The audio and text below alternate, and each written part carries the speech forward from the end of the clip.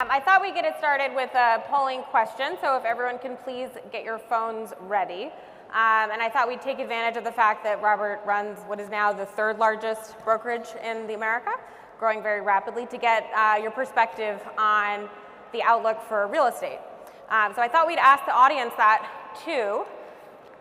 What you think the best real estate investment will be over the next 5 years among these locations: New York, San Francisco, Miami, Seattle, or Nashville.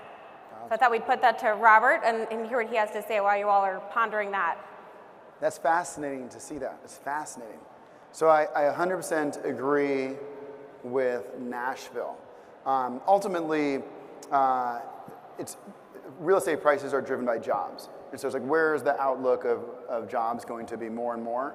Seattle, obviously, and San Francisco has had a very strong trajectory over the last decade and will likely continue because of technology. But Nashville is the hottest city in the country. And more people are moving there from LA, from New York. And so I'm definitely a believer that Nashville will be that place. And what does that mean for all of us New Yorkers? Yeah, so again, it's really your outlook on jobs. Like, where do you think Wall Street will be 5 years from now? Do you believe more technology companies are going to come to New York City? And do you think the more startups are going to be fostered here? But it's ultimately jobs. Great. Well, it looks like the audience agrees with you. Tell us about the Compass play. How do you see the landscape for buying and selling property changing over the next 5 years? And what is your role in that? Yeah, so at Compass, we're a real estate technology company that builds for agents, buyers, and sellers. We want agents to come to Compass to be able to grow their business, buyers to find the best inventory, and sellers to sell their home for more money in less time. I think over the next 10 years, what you're going to see is friction and fragmentation coming out of the experience. Right now, there's mortgage over there, title over there, escrow over there, home inspection over there. You're going to search as a consumer over there. Your agent's going to search the MLS over there, disclosure forms, everything in a different place, and that's what makes it such an unpleasant experience. What Compass is going to do is one by one, bringing it together in one platform. So what inning are we in terms of that compression of all the transactions that you have to go through, or the pieces of a real estate transaction? I mean, how far away is that? For us? Yeah. So we're focusing on agents. They're our core customer. The average agent logs into 13 different companies to do their job. That's not a platform, that's 13 different companies. We want to recreate all those experiences in one place, and so they're our core focus.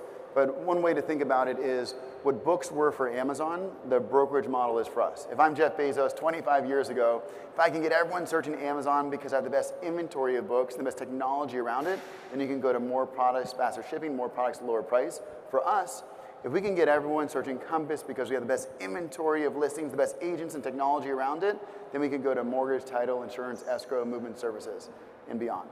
So how quickly do you see going into those? I mean, what's the time frame? Yes, so we're already in things like escrow. We're in home improvement services because we launched something called Compass Concierge. We front load the cost of painting, staging, and other home improvement services to sellers and then get paid out of the proceeds, no hidden fees. We don't charge interest. And so that's our pathway there. We launched bridge loan services recently to help bridge buyers to their dream home. And so one by one, we're going to go forward. So you brought up both of those things, the concierge and the bridge loan. You don't charge home sellers for those products, which kind of gets us to the profitability question, which you're getting a lot, especially in the aftermath of WeWork, and trying to explain how you guys are different than they are. How has the conversation around WeWork and their failed IPO changed pressure on you guys to show that you are profitable? Yeah, so the great thing is the business of servicing agents, which is our business, that's been a profitable model for over 100 years. We are profitable in many of our different markets, and in any 12-month period, we can decide to be profitable anywhere. It's just a function of how fast we want to grow. Last year, we grew 3 times, so we have 3 times as much revenue or agents, 3 times as many cities as we were the year before. And if we want to have more moderate growth, we can become profitable pretty quickly. So, I mean, how has it changed your thinking in terms of the growth, profitability question? I mean, has that changed in the aftermath of WeWork? Yeah, that's a great question. I think the investor world's perception of growth has changed in the last 6 months. There was a view by some to grow at all costs. I think now, with some of the trends in the public markets, I think the investor sentiment has changed to grow more moderately and to focus more on profitability. So does that mean your strategy has evolved over the last 6 months because of that, or?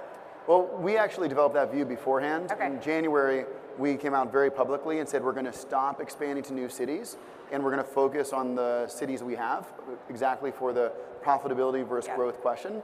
And that was well reported on, and so that's been a pretty consistent strategy for us for the last year. Okay.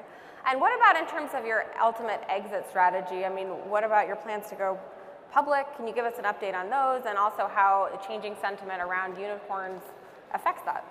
Yeah, so for me, going public is very likely part of our future. We have no pressure from our investors to go public. We have enough capital where we can decide when we want to go public, and if at all. But I don't go to sleep at night thinking about, hey, I want to go public. It's just a step to growing the company and growing our vision, and it's just a different way to raise capital. Okay. Just getting back to, again, the bridge loan, the concierge programs, what's the value proposition there that you're offering home sellers, and how do you monetize that? Good. So our primary client, agent, secondary client, seller, and then buyer. Sellers, what they want is to sell their home for more money and less time with less hassle. And so Compass Concierge is the living embodiment of that. If I were to go to you and front load the cost of flooring and painting and staging, your home will sell for more money and less time and less hassle. And so it's effectively a way to invest alongside our sellers to help them realize their goals. In bridge loans, it's a very tricky issue for the country. Owners have a home, they want to buy a different home and move out, but you don't, the capital, all their equity could be in their current home. So you need a bridge loan to bridge that gap until you sell your home. And so we have a bridge loan services offering which helps do that. And you just announced that last week, I think, right? So what kind of reception have you gotten so far? It's been very, our agents have loved it, their clients have loved it. There are examples where elderly family, they were migrant workers by background. They wanted to retire next to their grandkids, but they had one home, but they didn't have the extra money on top of the equity to move into the other home. They found a home, but they needed to put an offer very quickly in the same day, and they were able to do that because of the bridge loan. Got it. Yeah. So as you think about your growth story, I mean, albeit if your expansion isn't happening at the same clip, you are still focused on growing revenue. Is most of that coming from the people, or is the technology driving it? Which side of the equation do you see fueling your growth going forward? Yeah, so Compass grows because agents come to the company, and because when they are at Compass, they historically have grown their business. Agents come to the Compass because they get more time, more support, and better offerings for their clients. So agents are all small business owners. There's 2 million agents in the country. They generate $75 billion of commissions every year. It's the largest industry dominated by women. It's the only industry where there's hundreds of thousands of women that make 6 figures a year. My mom's an agent. She's 74 years old. And it's one of the few industries that pushes people to get better in their 60s and 70s, not pushing them out of the door. So I could go on and on about agents, but they're small business owners like anyone else, and they need support. And historically, there haven't been enough companies with the resources like Compass to help give them the time and the resources to realize their dreams. So you brought up your mom, yeah. And I think she was a part of the reason you went into real estate. Could you speak about the opportunity that you saw in this industry, and to what extent is it a consolidation play versus a technology play? Yeah, so technology will transform every single industry. It's just a matter of time, and real estate will be no exception. The consumer search that you see out there, that is not real estate technology. Real estate technology, that is a very small piece of it. Real estate technology are the 700 software providers that sell to agents every day. Real estate technology are the 600 plus MLSs that agents operate on every single day. Real estate technology are the 35 real estate CRMs, the open house apps. It's the marketing tool, the digital marketing, the brochure creator, the template creator, agent finance. And so agents are actually they are massive consumers of technology. It's just all in these different places. And so the entire play of Compass is bring harmony and simplicity to their workflow. And effectively integration is one of the key innovations. Integrate their experience so it can be easier. Agents are one of the most mobile professions, but there's no mobile app where they can run their business on. That's just an example. Okay. As you think about your strategy, what are the biggest risks out there? That's a good question.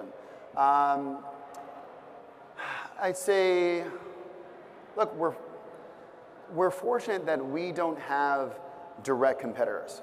There's no Netflix versus Amazon, Hulu. There's no Uber versus Lyft.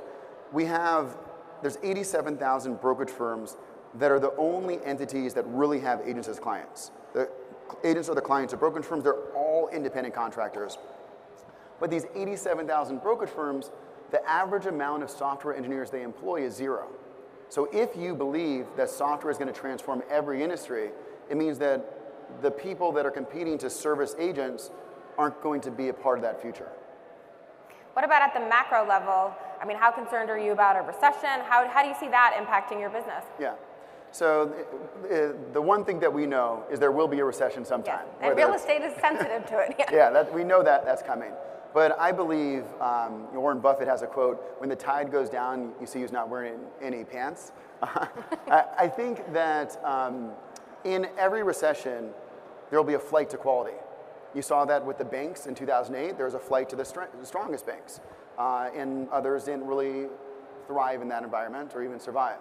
I think when the tide goes down and the recession happens in real estate, I think you're going to see agents who are struggling to grow their business and brokerage firms that are unable to support them in a meaningful way. You're going to see those agents move to Compass, and we'll actually grow faster than we would outside of a recession. So I don't want a recession on a human level for anyone, but I think from a company level, we'll actually grow. So one of the things your critics have pointed to in terms of all these agents that are coming to Compass is you let them keep a higher percentage of their commission. Is that sustainable, again, in a recession, pressure to show profitability? At what point, I mean, I'm sure it would not be popular with your mother, obviously, but at what point do you have to look at that balance between the amount that your agents are keeping on commissions versus Compass's bottom line? Yes, of the 2 million agents in the country, there are probably 400,000 that are at what you call 100% split firms. That means they keep effectively all their commission. Those agents are coming to Compass, and they're coming to Compass knowing they're going to pay more, obviously. I think there's a big misconception out there about what Compass offers. We give an incentive to somebody for 1 year on average, a little like 1.4 years on average to come over, but then it's a traditional standard split. Now the reason you have to give someone an incentive, you're moving your entire business. Like you've been in a company for 20 years. You're gonna have to go to your manager and all your colleagues and cry to them about leaving because it's emotional. You have to tell all your clients, I'm moving companies. You're gonna transition all your listings. You're gonna have to get a new desk, learn a new workflow. And that's something for an extra 10% split of your commissions for 1 year, or 5% or 3%. That's something that helps compensate the fear and comfort and loyalty that a lot of people face. So let's talk about your acquisition strategy. In the last year and a half, you bought 15 brokerages, I think.